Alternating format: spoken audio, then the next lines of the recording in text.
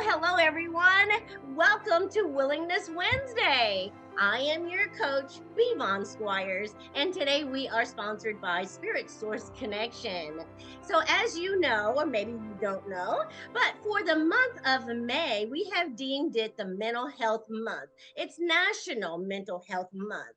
And so I thought, wow, wouldn't it be awesome to bring some of my friends on so that we can talk mental health and get let you all know exactly what's available in terms of healing, in terms of mental health boundaries, in just the overall mental health and taking care of ourselves and providing mental health for others as well. And so before I get into that, I want to say if you are new, welcome, welcome, welcome, because you are in a safe place. And if you are returning, you know that I could not do this without your love and your support. Thank you so much for meeting me here.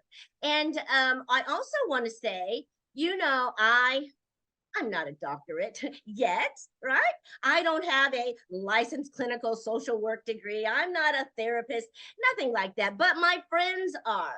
My friends, they are phenomenal. And today we are going to continue with this theme of talking mental health with Coach B and friends. Today I have one of my wonderful friends for us to talk to today. His name is Nathan Rush, and he is just spectacular. His story is a miracle story, and I can't wait for you to meet him and for him to tell you all about his mental health journey from the beginning to the end, the ups and downs and in betweens. And so let me just give you just a little bit of background about this wonderful man. Nate Rush was the founder and CEO of an organization called the Bethlehem House. Now, he was a wonderful pillar in the health community, in the mental health community in Indianapolis and the surrounding areas. And so today, Nate's going to come and tell us all about his story. And with no further ado, I give you Mr. Nate Rush. Nate, hi. Hello. Thank you Hey, for meeting me here.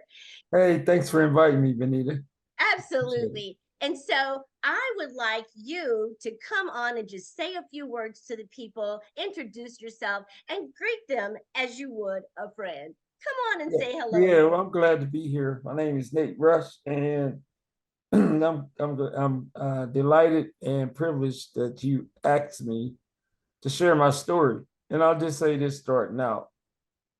You were talking about self-care and the importance of that from providers.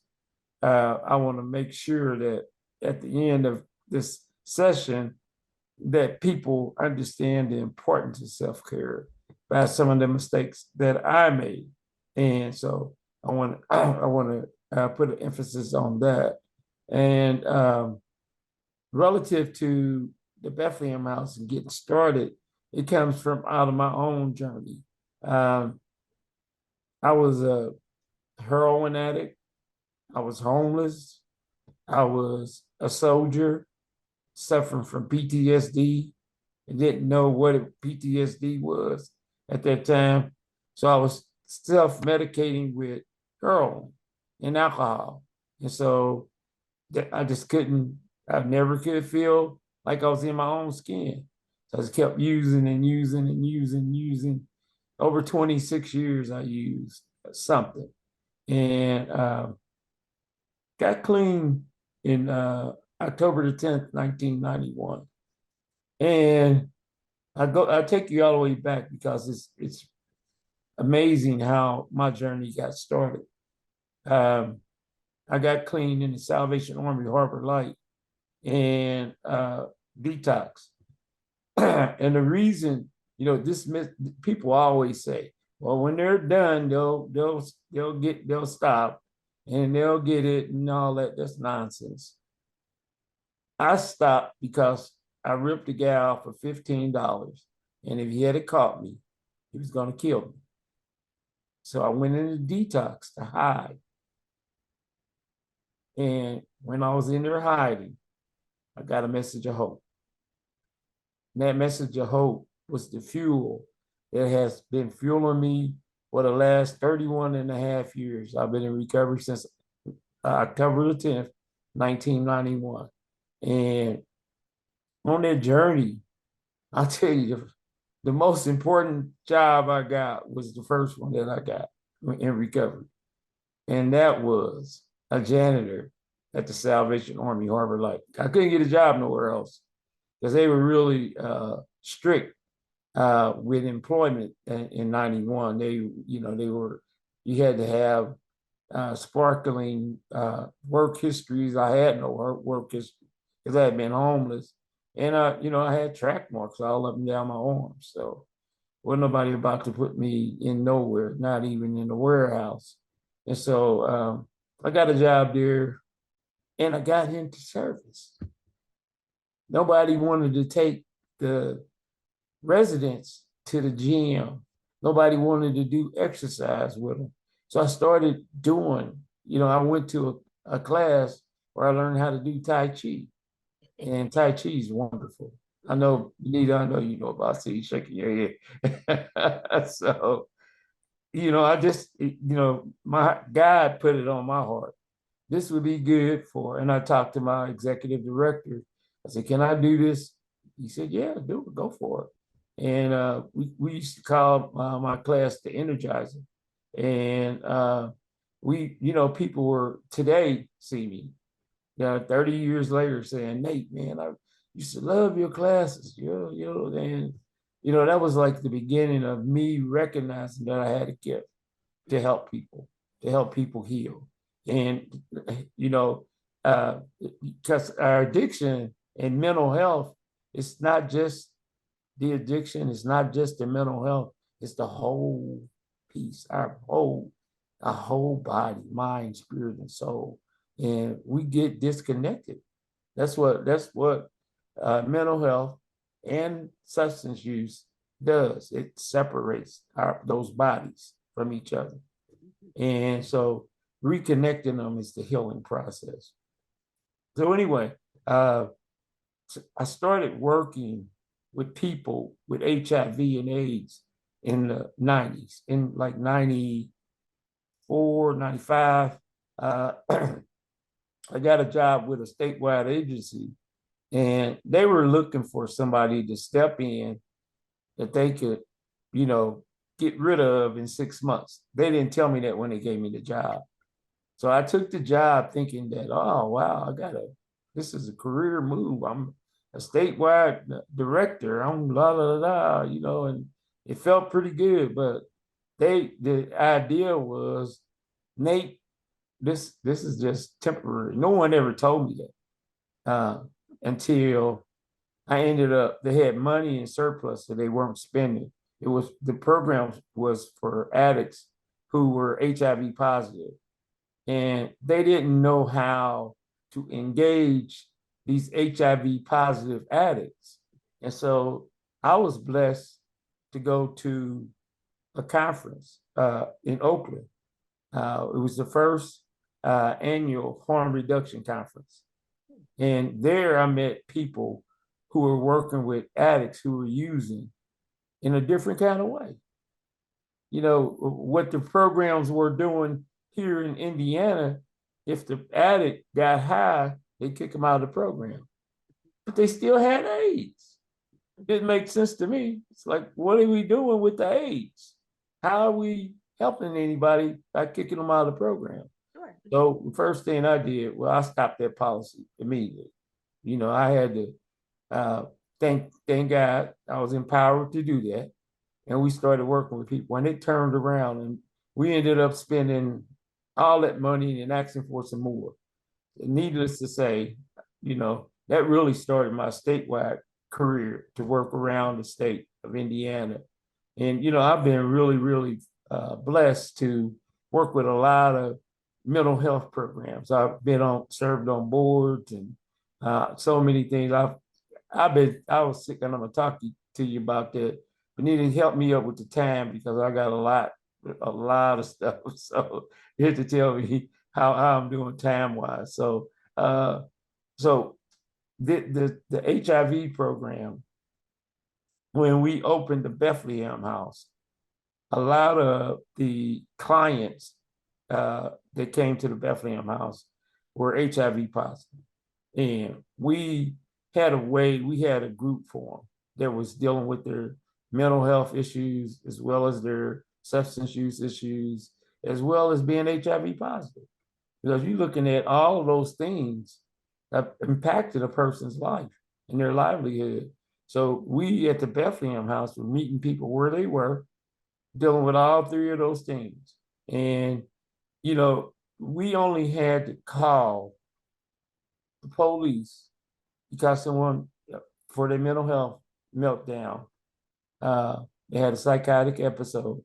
We only had to call the police one time out of 12 years. It was all about loving them where they were.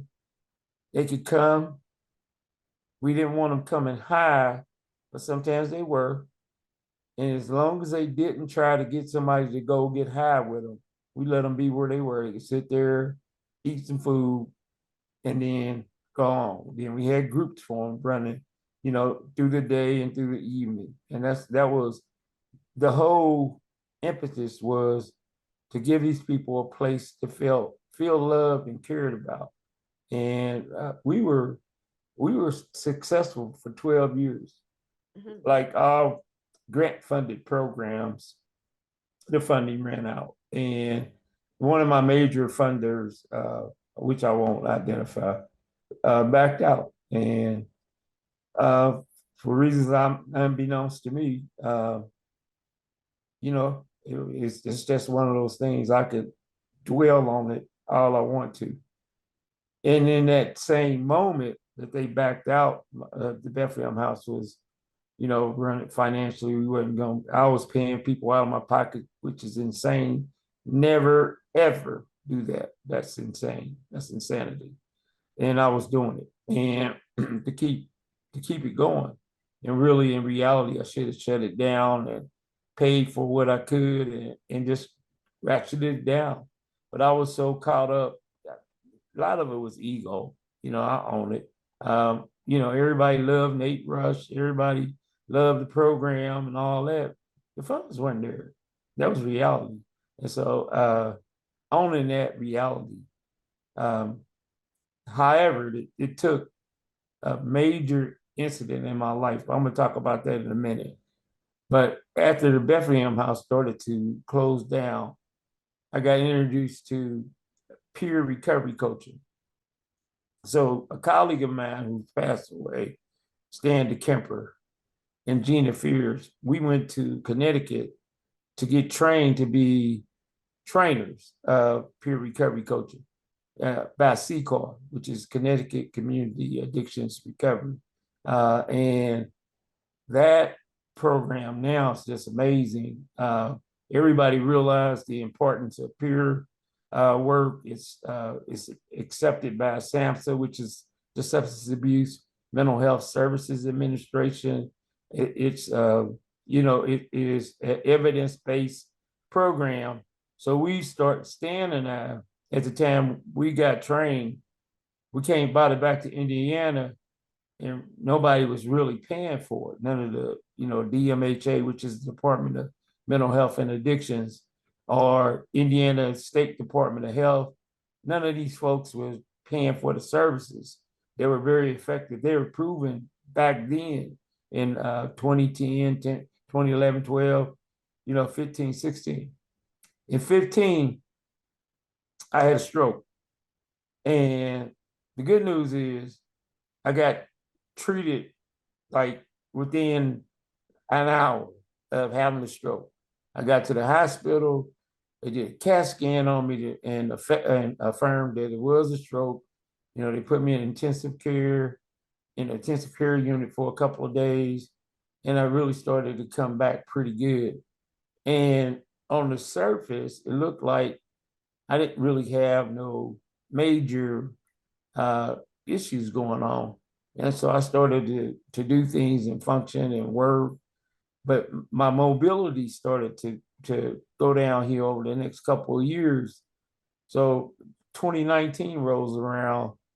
I My family I was really getting worse. My family, I was like going, I'm a recovering person. I go to 12-step meetings, and I was going to meetings and people were saying, man, your mouth was, you were like drooling.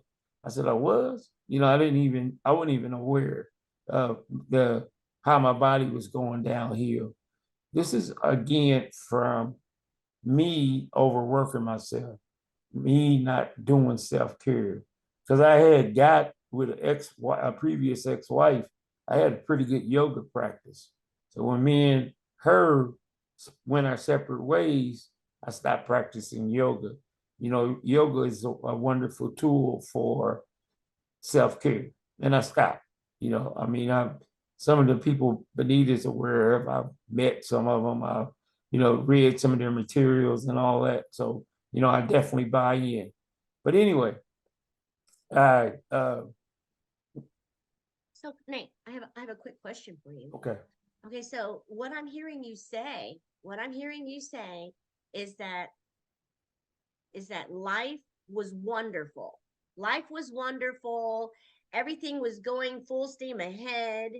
And somehow you began to overwork yourself and you ended up having a stroke. And Right. so what I heard you say, boundaries came to my mind. Boundaries are so important, right?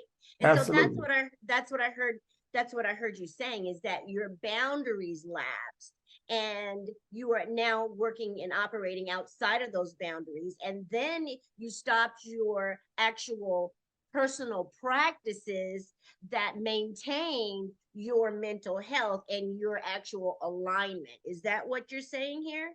I'm absolutely saying that. Okay. I Thanks. just wanted to clarify that. Thank you so much. Thanks for Okay. And so, clarifying it. That's absolutely what I'm saying. okay. And so, I got outside of my boundaries, and I had established some, and I know the importance of boundaries, and only me, only me can maintain my boundaries. absolutely. People can talk to me and say all kind of stuff, but if my heart's not into understanding that I need healthy boundaries, it means nothing. It's not. It doesn't mean anything. So So yeah, I that, would that, that- imagine, I would imagine that you were a little fearful during this time when you seeing all of these, your mobility going downhill. People said, hey, you were drooling at the meeting and you didn't even know it. How did that affect you on a personal level? it really, I really wasn't aware. It needed that's where my mental health was like in a quandary too, because I wasn't aware of who I was. I wasn't that my brain kind of was going to sleep. And that really, when I went into the rehab in 2019, my brain really started going to sleep. Mhm. And as my brain went to sleep, I was having seizures, right? And my sister told me, I wasn't even aware of it. My sister told me that I had 17 seizures in a week, Oh my. grand mal seizures, where, and they couldn't stop me from having them. So they actually put me in a drug induced coma. So Wow. they could get me under control. But I wasn't aware of none of that. Hmm. My brain was asleep. And uh, ended up contracting COVID. And from one of either staff person or another resident at the rehab facility that I was in, and that almost killed me. Had more seizures, was on a ventilator, and all of that. Like I said, I wasn't even aware. Oh wow. Wow. What my brain went, I think my automatic system put me on protect mode because I didn't Mm. feel none of the pain. Like I had pneumonia, I had uh, a couple other serious respiratory issues that are pretty painful, but I don't remember. I don't remember. I don't even remember having COVID. I don't remember. I don't remember the seizures, none of that. Wow. And so Yeah, what you're saying is that your mind and its defense mechanisms went into play to protect you from feeling all of those painful episodes that you were encountering. absolutely. Wow. That's exactly what I'm saying. That's what my neurologist, I still see a neurologist. And that's what, we her belief is that, it's a practice, but that's what her belief is. My brain went in protect mode. And so it's interesting that I went from my brain being shut down for 14, 15 months, Benita. I was like, I didn't, people said they came to see me. I said, okay, I don't remember. Oh I my. had no idea. I do remember a friend of mine lived in Nashville. Used to be the chair of his board. It was a nonprofit. And he called me and said, man, they told me you got that COVID. I didn't even, at that time, because I had been asleep. My brain was asleep. I didn't know it. I didn't even know what it was. And so Oh I my. asked my sister, I love everybody need a Pam. That's my sister. Everybody need a Pam. Oh. She's my angel. Anyway, I said, Pam, did I have the COVID? What is that? And she told me. It was that, I mean, and I had it, that first wave in 2020 that almost was killing people. But anyway, when I came back, this is the beautiful part about healing. Mhm. Okay, so I had three wonderful therapists, physical therapist, occupational therapist, and a speech therapist. Okay. The speech therapist really communicated with my brain and my thinking. She was able to give me commands to help me eat, swallow, because I had been also, this part too, I was on a feeding tube for 20 months. So My I goodness. had nothing by mouth, no water, nothing. Mhm. So that feeding tube was that's another whole long, we need 45 more minutes. But anyway, the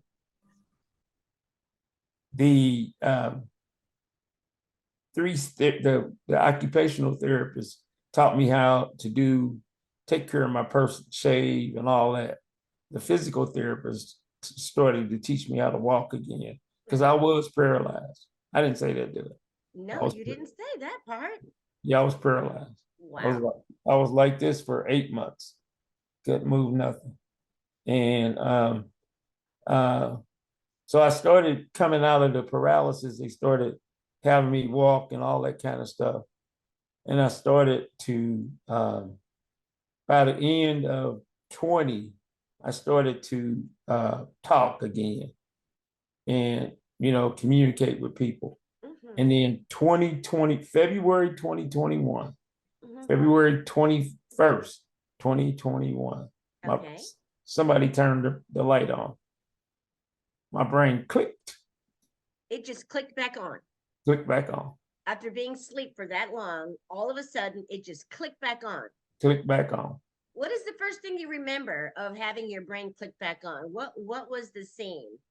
Uh, it was the first thing was my sister and her husband coming and praying for me. Okay. And then people I belong to a fellowship, and people in that program had been checking on me. So a few of them they came by that day to check on me. So I remember them. And then trying to eat uh, some yogurt. I still had the feeding tube. They let me have yogurt and some other stuff, but it took a few more months before they took the feeding tube out. And so yeah, it just looked one thing after another. I knew that I had been down. I said I had let my life insurance lapse. I started thinking about my mortality. I said, well, I need to get some kind of life insurance because I don't want my family to be burdened with, you know, doing, because I didn't think I was going to get as good as I am now. Wow. Because do you want me to talk about the healing part where I'm at now, or? I want you to tell the people how it was for you to realign yourself. We always talk about the mind, the body, and the soul, and how we are multidimensional spiritual beings. And so I would like to hear you talk about the spirituality and the healing that you underwent to get you to where you are, because you are thriving, Nate. You are thriving. You don't look like someone who was on their deathbed burdened with COVID, a stroke, and pneumonia all at the same time, paralyzed with a mind that went to sleep. You don't depict any of that as we're looking at you today. And so I want to know, what was the driving force? What was your reason for living? What was it that made you feel like you could do this? Two things. While my mind was asleep, what I believe, don't have facts. What I believe is my uh, foundation that I had built in my recovery. You know, the fact that I was able to stop shooting dope, get clean, and I was able to help people. Mhm. That service, and that came from my mother. Okay. My mother was apostolic Christian, and I'm her boy. I tell people all the time I'm Louise Rush's boy because I got some of her characteristics in my character, that foundation, her spiritual self. I mean, she was religious and spiritual. I'm just spiritual.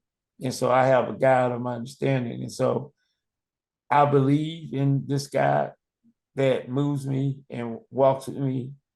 And I am a product of his mercy and grace. And so that mercy and grace, you know, a few people, as my brain was coming back, they were coming, they were trying to, you know, have those little church meetings. I never really was into that, but having faith and belief in God really is the force that drives me. That service, like that's what I'm doing now. I work. You know, I'm not okay. You went through all this stuff, and so it's time for you to lay back. No, no, no, no. I got work to do. I believe God saved me to continue some kind of work, but I got boundaries.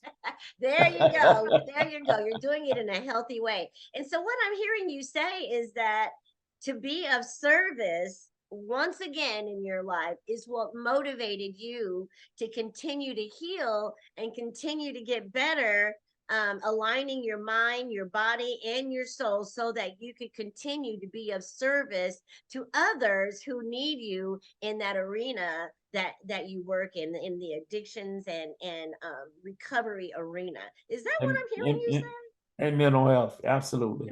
say? Yeah. You know, and Wow. here's a personal part that I really, really struggle with. I have a family member that really is undiagnosed, that's really, you know, exhibits all the signs of and symptoms of schizophrenia and violence and all of that. Oh, one of the things I would love to see the whole system be able to do is work with people like him. We're because the system protects them to harm themselves because you can't they are protected by the system. I understand why, and there should be some more options that are available to families who are trying to help their family members.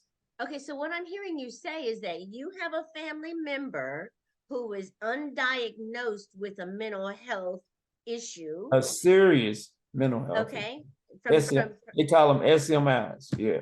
okay, a serious mental issue. Mhm. And of course, he is unaware of this, and you are unable to get him help. Is that what I'm hearing you say? That's absolutely true. Oh, wow. He Wow. he threatened me last week, scared me for the first time in a very, very, very long. time was frightened. Yeah. Threatened bodily harm? Yep. I'm so Absolutely. sorry to hear that. Yeah. Mm-hmm. And he knows all I think he's aware of all the things that I've been through. I'm not sure if he is or not. I'm Sure. not even sure if it connects with him. So Sure. Okay, so what I'd like to ask you now, I'm sure you are not the only one who sees or witnesses their family member or someone, dear to their heart suffering with an SMI, a serious mental issue. And so, how are you able to make it through and find peace with the fact that you are unable to actually help him when all you really want to do is help others and you can't help your own family member? What would you say to others out there who are actually experiencing these same situations? What would you say? What is your saving grace? How do you make it through? well, that's a again a tremendous amount of faith in my God, and I really believe that He will make a way. I had to. I know even when I'm working with people, I know that I can't help everybody, and I do my best, show up, suit up, do my best, and then surrender. Surrender, turn it over to God, and prayerfully His will is my will.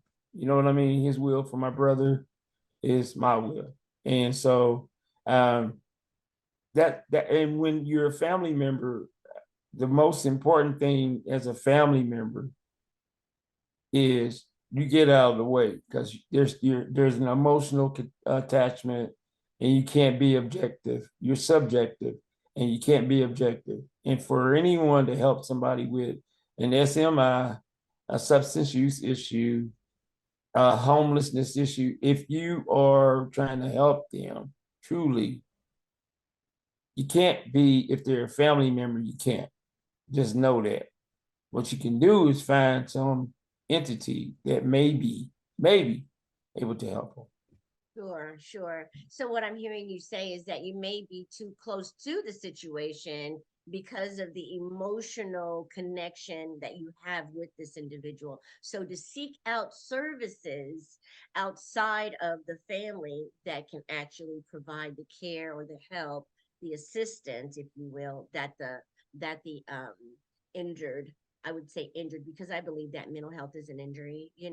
And so you're saying that they need to seek help outside of the family for that. The professionals, Absolutely. right? The professionals, Yep. because they are trained to help us in these situations, and I'm And sure then you some, understand that. and then even sometimes they don't have the tools to do anything. So that's reality. So and I mean, I had no plan of going there talking about that, but That's okay. That's okay. This is your opportunity to talk about you and your I process mean, and those. with all the stuff that I know and all the people that I've helped, one is most dear and near my heart. I'm powerless. Oh, that's got to be a hurtful feeling on the inside to know that you of yourself cannot help them. But the saving grace is knowing that you have a God in your life that is big enough, right? That is Yep, powerful enough to not only save your life, but save the life of your loved one as well. Wow, what an amazing attribute to be able to hold on to, that faith that that it's going to be all right, it's going to be okay, even if it doesn't turn out the way that we'd like for it to from our own will and our own view, right? It still turns out for what's best for that individual, and that's the thing we need to hold on to, right? absolutely. Nate, I am just so happy to have you on today so that everyone can see not only the miracle that is your life, but the simple fact that your character, the character that you have for helping people and your desire to be in the trenches and out there just really making a difference in everyone's life. I'm really happy to hear about that. Now, I know you don't go as much as you used to, but No. what are you doing now in terms of not only the work and service you're doing for others, but also keeping yourself nice and healthy so we can keep you around for a long, long time. So first, I'll talk about what I personally do for my self-care. They have these stretch zones that I recently got involved where you go and they have a therapist stretching your muscles. Okay. I love it. It's one at Keystone at the Crossing here in Indianapolis. It's called a Stretch Lab, and they have stretch zones. So this kind of new coming on the scene. So far, so good. I keep regular appointments at the VA. I see like I'm going to see my cardiologist because in addition to all that other stuff I told you, I have congestive heart failure on top of that. So staying on top of that, keeping my salt down and all that. So that's a piece of self-care. Watch my diet.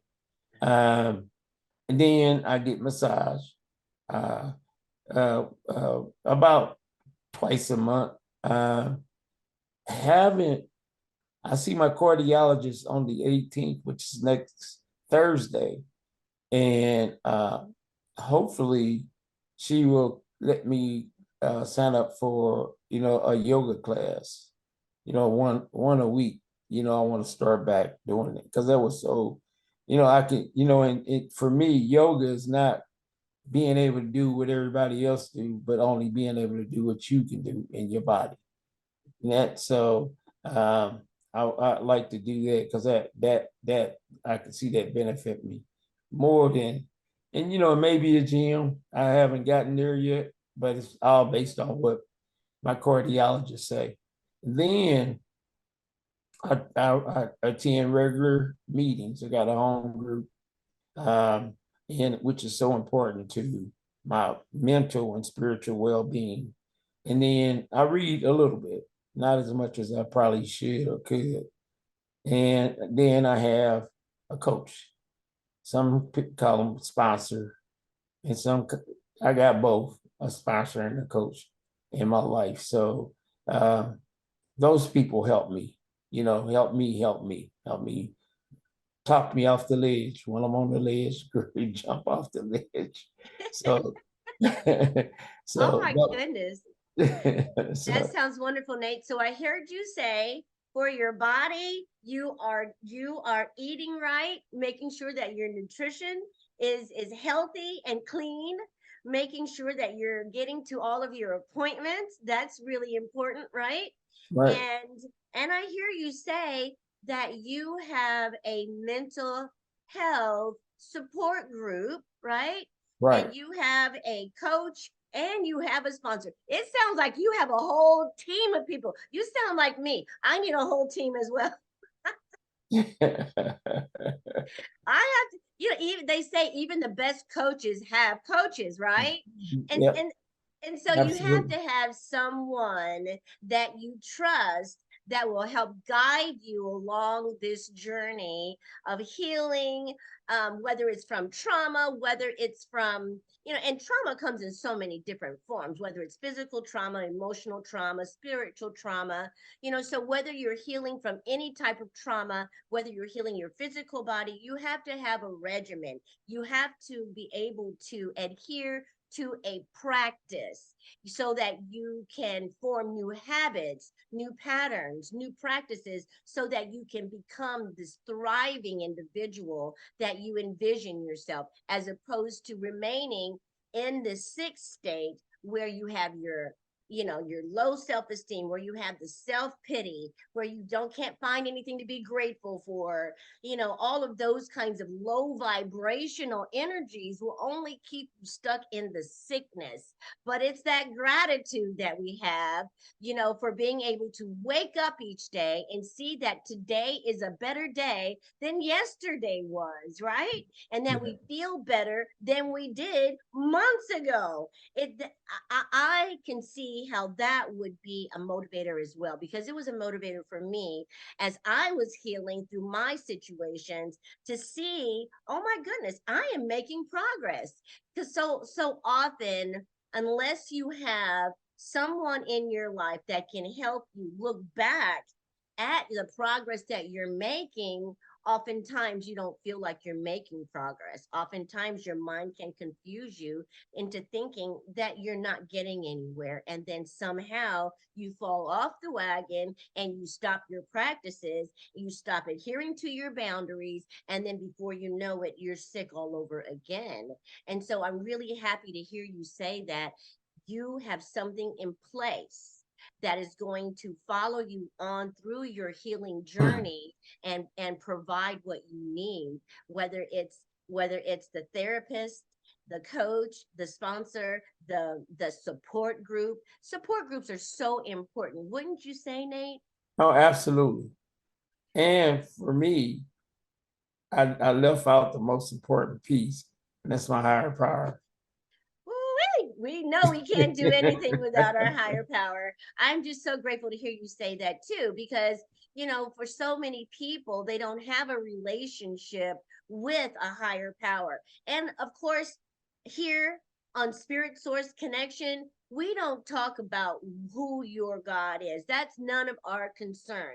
Our concern is that you actually have a power that you can pull through or pull from to help you in those powerless situations when you want to help your family and you're unable to help them. That's a powerless situation.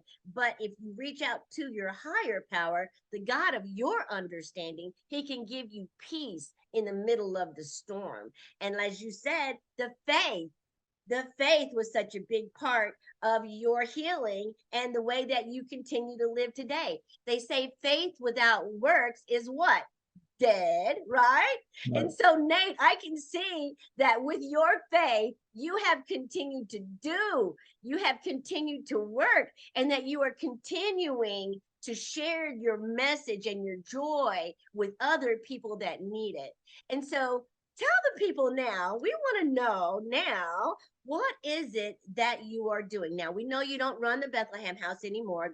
That's all gone away, but sometimes things have to shut down. One cycle of your life completes so that another cycle can begin. And so now that you are in this new cycle of living, this new cycle of healing, this new cycle of life, how are you helping people now, since we know that's such a big part of who you are? Yeah, the primarily I'm a trainer. I train or I facilitate peer trainings, and I'm a consultant. So that's really what I don't. That's all I want to do. I don't want to really have a full-time job. Although the people who talked me out of retirement, it turned out to be a consultant. Then it turned into a job. Now it's back to being a consultant, which I like better. Absolutely. I like to work my own schedule and do and work with multiple organizations and not be married to one organization. Sure. I understand that. It's just really so amazing and so remarkable that you're able to, now find yourself on the consultant status, and that goes and speaks to the wealth of knowledge and the wealth of experience that you have had over your last 32 years. That is so amazing. Yes, sir. So on Monday, this Monday coming up, the 15th, I get a chance to go and train where I started. Train the And Harbor staff. Light. Yeah, I'm Oh gonna my train the staff goodness. for a week. I'll be there with them for a week. Oh my goodness. It sounds like you've gone full circle, doesn't it? That's it. Oh wow, that's so amazing how that happens. I love it, Nate. I am just so excited. You're such a joy, such a delight to speak to you today. Thank you so much My for pleasure. sharing. Thanks for having me. Absolutely, sharing your intimate story, sharing all of the personal details. Thank you so much for your authenticity, Nate. Thank you so much for just coming here and talking to us like we're your friends, because we are. All right. Thank you. Thank you You are for so thank you welcome. for creating this. You are so welcome. Well, folks, there you go. You have it. Mr. Nate Rush, the miracle himself. We just want to thank God for what he has done in Nate's life and for continuing to allow him to thrive as he continues to help people in the mental health arena. And I tell you what, if you are manifesting for something, I want to tell you, do not give up. I want to tell you that the faith that you have put into action will move you towards that thing that you are manifesting. And I am going to ask God to bless you real good in the meantime. And I will look forward to seeing you all again on the next Spirit Source Connection. And I will love you and I will pray for you. And I'll see you next time. Love ya. Bye.